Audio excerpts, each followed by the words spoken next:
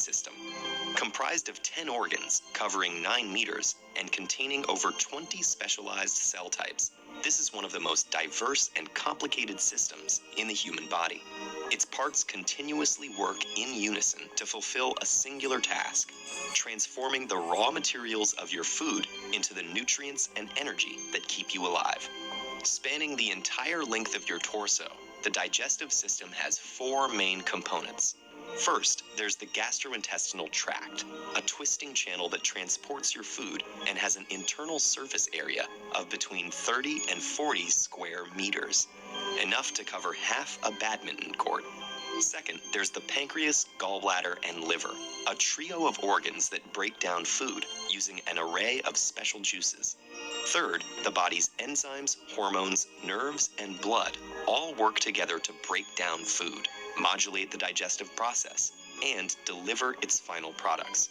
Finally, there's the mesentery, a large stretch of tissue that supports and positions all your digestive organs in the abdomen, enabling them to do their jobs. The digestive process begins before food even hits your tongue. Anticipating a tasty morsel, glands in your mouth start to pump out saliva. We produce about 1.5 liters of this liquid each day. Once inside your mouth, chewing combines with the sloshing saliva to turn food into a moist lump called the bolus. Enzymes present in the saliva break down any starch. Then your food finds itself at the rim of a 25-centimeter long tube called the esophagus, down which it must plunge to reach the stomach. Nerves in the surrounding esophageal tissue sense the bolus's presence and trigger peristalsis, a series of defined muscular contractions. That propels the food into the stomach, where it's left at the mercy of the muscular stomach walls, which pound the bolus, breaking it into chunks. Hormones secreted by cells in the lining trigger the release of acids and enzyme-rich juices from the stomach wall that start to dissolve the food and break down its proteins.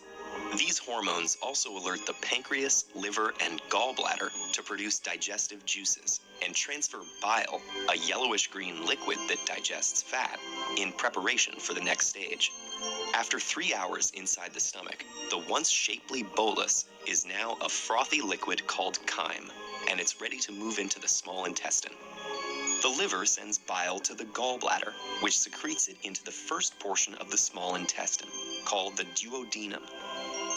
Here, it dissolves the fats floating in the slurry of chyme so they can be easily digested by the pancreatic and intestinal juices that have leached onto the scene. These enzyme-rich juices break the fat molecules down into fatty acids and glycerol for easier absorption into the body. The enzymes also carry out the final deconstruction of proteins into amino acids and carbohydrates into glucose. This happens in the small intestine's lower regions, the jejunum and ileum, which are coated in millions of tiny projections called villi. These create a huge surface area to maximize molecule absorption and transference into the bloodstream. The blood takes them on the final leg of their journey to feed the body's organs and tissues. But it's not over quite yet.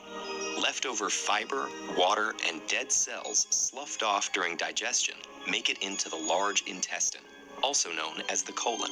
The body drains out most of the remaining fluid through the intestinal wall. What's left is a soft mass called stool. The colon squeezes this byproduct into a pouch called the rectum, where nerves sense it expanding and tell the body when it's time to expel the waste. The byproducts of digestion exit through the anus, and the food's long journey, typically lasting between 30 and 40 hours, is finally complete.